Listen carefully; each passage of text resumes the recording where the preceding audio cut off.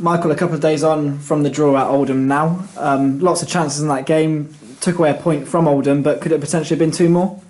Yeah, I think we got into some really good areas of the pitch. Probably didn't work the keeper enough in the first half, but I thought it was a good performance and definitely could have, maybe should have taken all 3 points. Yeah, you were forced in the first half to make a change, of course, when Charlie Raglan got that smash to the face. You brought on Chris Clements midfield, but it was nice maybe to look around and actually have 3 or 4 maybe possibilities about other things you could have done in terms of shape and players you could have brought on instead. Yeah, there was lots of decisions to make. We could have, I suppose the obvious one would have probably been Boylo or Dan Bowery, but we just felt that we were on top with the ball, so we just wanted.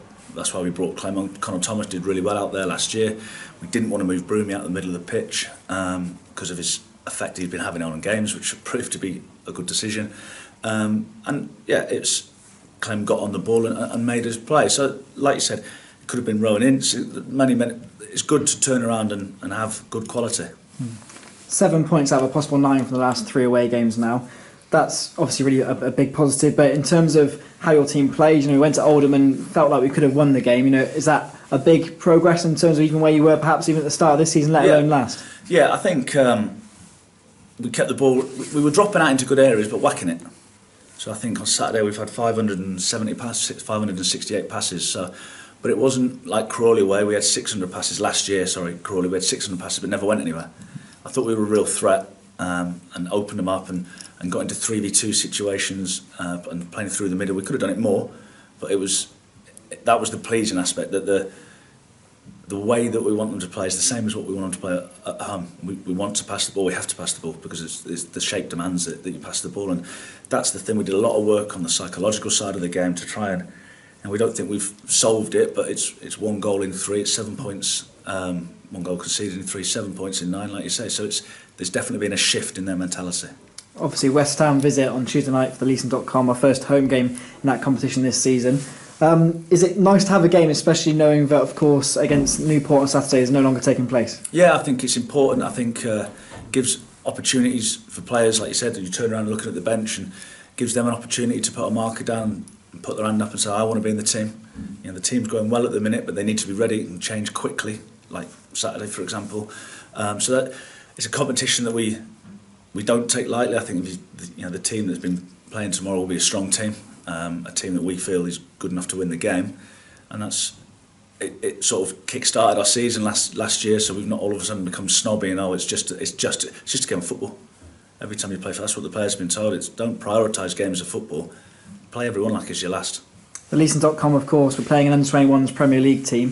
For teams like that, this competition's the opportunity to play against Football League teams like Cheltenham. But actually, is this a useful competition for people like yourself and also for your players? Because you think about the team we had down at Exeter, and it was almost a real mixture of youngsters we had that night as well. So almost it's not just the big clubs playing the youngsters; it's actually the smaller League Two teams doing it as well. Yeah, it was an opportunity to use the squad.